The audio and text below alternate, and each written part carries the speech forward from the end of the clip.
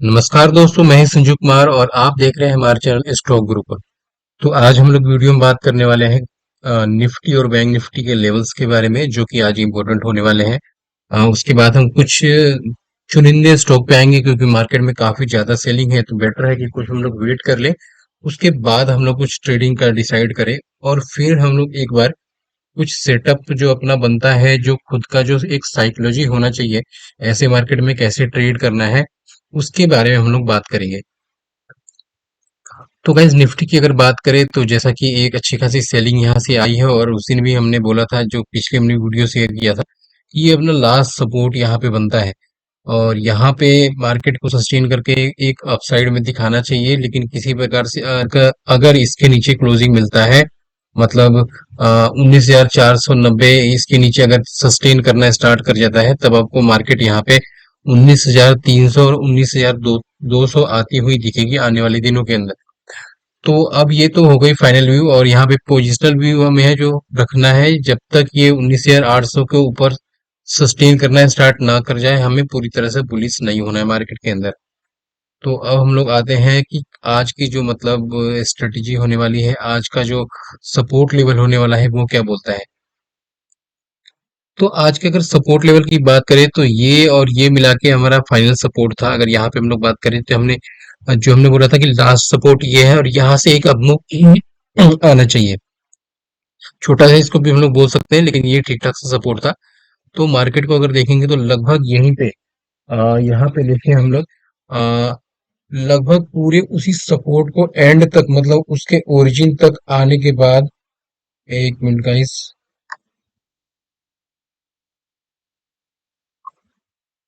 हाँ, तो लगभग उसी सपोर्ट के आने के बाद वहीं से मतलब जो सेलिंग आ रही थी इतनी बड़ी, उसको उसने रोका।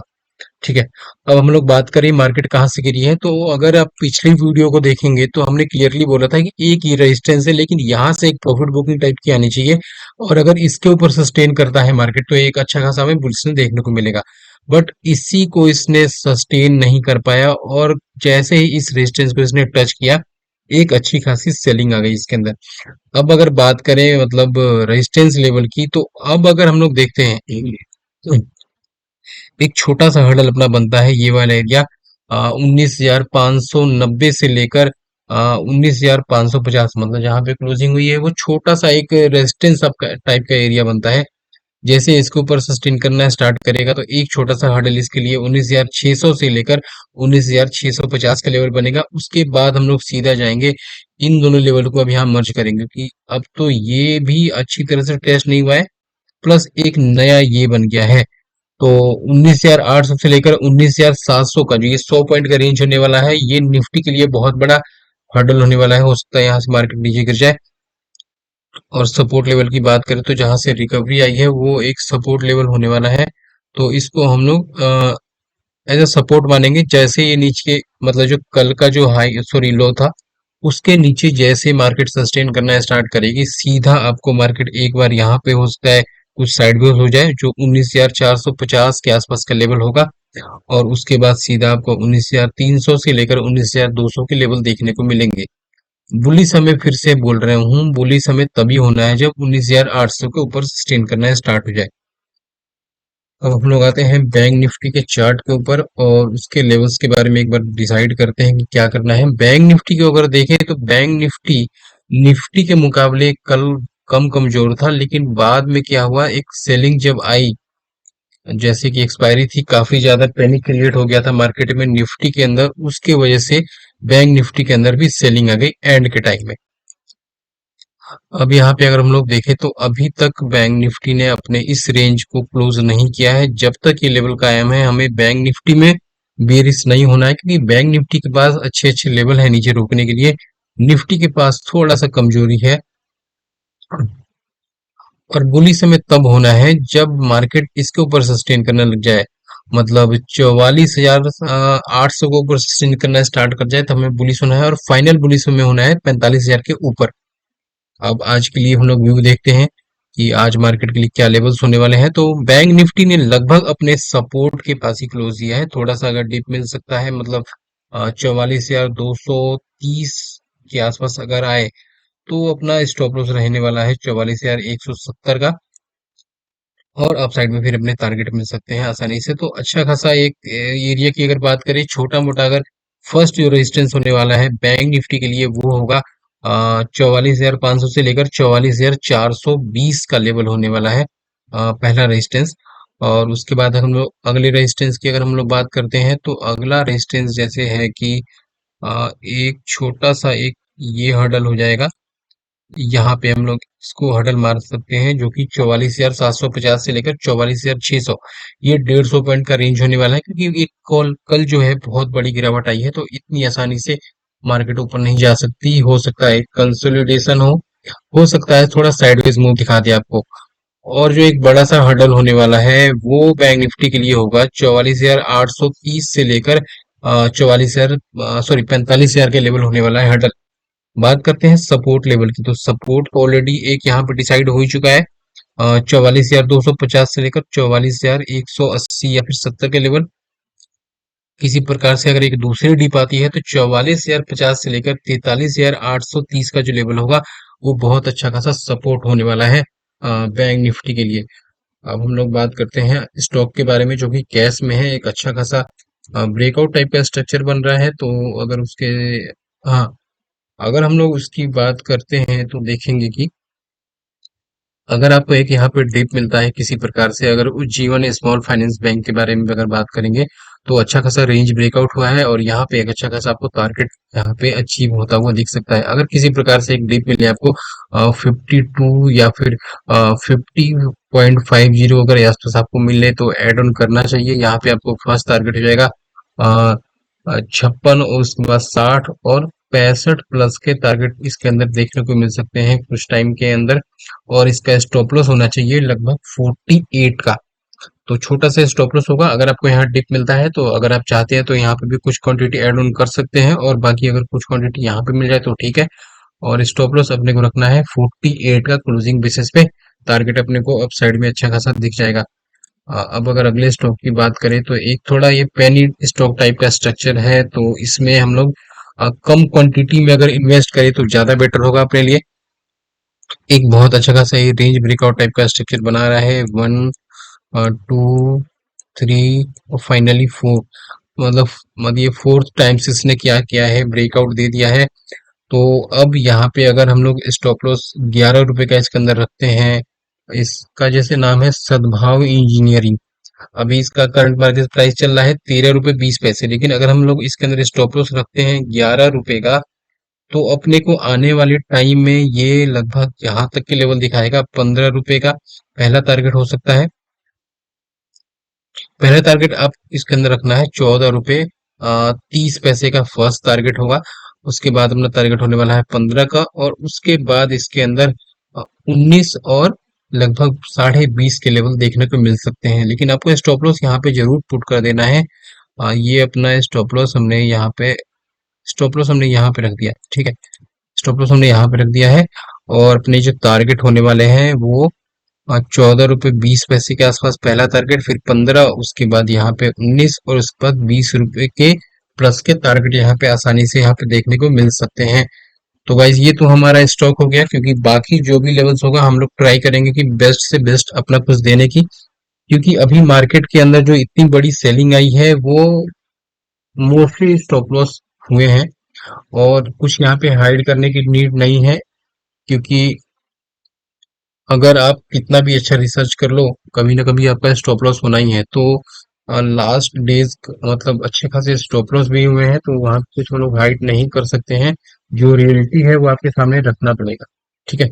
तो लेकिन उसमें कुछ गलतियां हमसे भी हुई है, कुछ पैनिक मार्केट में क्रिएट हुआ है, उस वजह से भी स्टॉप लॉस हुई है। और प्लस कुछ जो मेंबर्स हैं उनके वजह से भी उनका लॉस हुआ है। सेंस में अगर बात करते हैं एशियन पेंट की, तो एशियन पेंट ने हमने एक कॉल जनरेट किया था लगभग 103 to 107 के आसपास। उसने लगभग हाई क्रिएट किया था 200 का। वहां पे हमने एक बार अपडेट डाला था कि इसको आप लोग एक टाइम बुक कर सकते हैं, फिर डिप में आए तो आप बाय कर सकते हैं। तो वहां से एक अच्छा खासा रिटर्न तो जनरेट कर रहा था, बट वहां पे शायद कुछ मेंबर्स ने उसको होल्ड कर लिया। अब वो होल्ड करने से क्या हुआ, कल जो मार्केट में इतनी सेलिंग प्रेशर आई है उस वजह से वो ऑप्शन जहां पे बाइंग रेंज था उससे भी नीचे आ चुका है।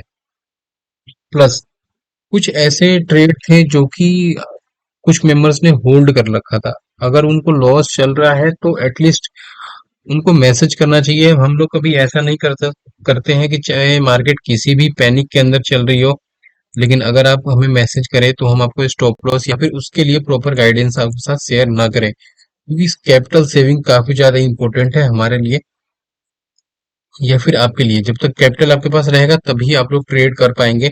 तो ये कुछ माइंडसेट आपको क्लियर करना पड़ेगा। उसके बाद जैसे कुछ ऐसे ट्रेड थे, जैसे टेक महिंद्रा के कॉल थे, वहां से लग रहा था एक अच्छा खासा टारगेट जाएगा, बट जैसे इतनी बड़ी सेलिंग आई, सेलिंग के लिए कोई नहीं जान सकता कि कब कितनी बड़ी सेलिंग आएगी। क्योंकि कभी कभार होता है, जैसे कि अगर एग्जांपल के लिए हम लोग रखें, एक हमने रेजिस्टेंस मार्क कर दिया, तो प्राइस जब नीचे से यहाँ पे जाएगी तो यहीं पे साइडवेज हो जाती है, ठीक है। लेकिन कोई नहीं जानता कि प्राइस यहाँ पे टच करके सडनली इतनी बड़ी फॉल दे देगी, ये कोई नहीं जान सकता कि वहां पे कितनी सेलिंग है, ठीक है। तो हमें बेटर रहता है कि हम लोग ट्रेल करें। हमने एक बार मैसेज भी डाला था कि आपको मोस्ट मैक्सिमम 2 to 3 ट्रेड ही रखना है एक बार में, लेकिन कुछ मेंबर्स थे जिन्होंने अच्छे खासे मतलब बल्क में वहां पे बाय कर रखा था। तो ये सब चीजें ऐसे मार्केट में हमें नहीं करना चाहिए। अगर ट्रेड जनरेट हो रहा है तो हो सकता है कि कुछ ट्रेड जो कि आपके रिस्क मैनेजमेंट के अकॉर्डिंग सूट नहीं कर रहा है, जैसे कि स्टॉप लॉस अगर बड़ा हो रहा है, तो आपको स्टॉप लॉस उसमें से डिसाइड करना है कि अगर ये स्टॉप लॉस होता है तो क्या मैं मार्केट में सरवाइव कर पाऊंगा। अगर वो स्टॉप लॉस आपके ट्रेडिंग सेटअप के हिसाब से अगर वो बड़ा है तो उस ट्रेड को इग्नोर कीजिए। फिर जो अगर अगला सेटअप आता है, अगर उसमें स्टॉप लॉस छोटा हो रहा है, तब उसको आप लोग ट्रेड में ले सकते हैं। तो कुछ ये चीजें हैं। और बाकी हम लोग प्लान करते हैं, अगर पॉसिबल हो तो वीकेंड में एक प्लान करते हैं कि उसमें हम लोग सारे मेंबर्स को ऐड ऑन कर पाए, जहाँ पे स्टूडेंट, इवन प्राइम मेंबर्स के, जो प्राइम मेंबर के हैं वो, और साथ में अगर फ्री मेंबर के भी कुछ मेंबर अगर ज्वाइन होना चाहते हैं तो उनको भी ऐड ऑन करते हैं। लेकिन ये साइकोलॉजी हमें बिल्डअप करना पड़ेगा कि कभी कभार क्या होता है कि जैसे कि हमें 5,000 का प्रॉफिट दिख रहा है, लेकिन टारगेट हमें दिखता है बहुत बड़ा। लेकिन उस केस में क्या है कि अगर वो प्राइस नीचे दोबारा से आती है और स्टॉप लॉस होती है तो आपको बहुत बड़ा लॉस होगा। लेकिन हम लोग वहां पे एटलीस्ट ये कर सकते हैं कि अगर 5,000 का प्रॉफिट दिख रहा है तो एटलीस्ट हम लोग ये करें कि ट्रेल कर लें और स्टॉप लॉस को शिफ्ट करके इतना कर दें कि एटलीस्ट अगर वो रिवर्स होता है तो हमारा 2,000 का प्रॉफिट बुक हो जाए।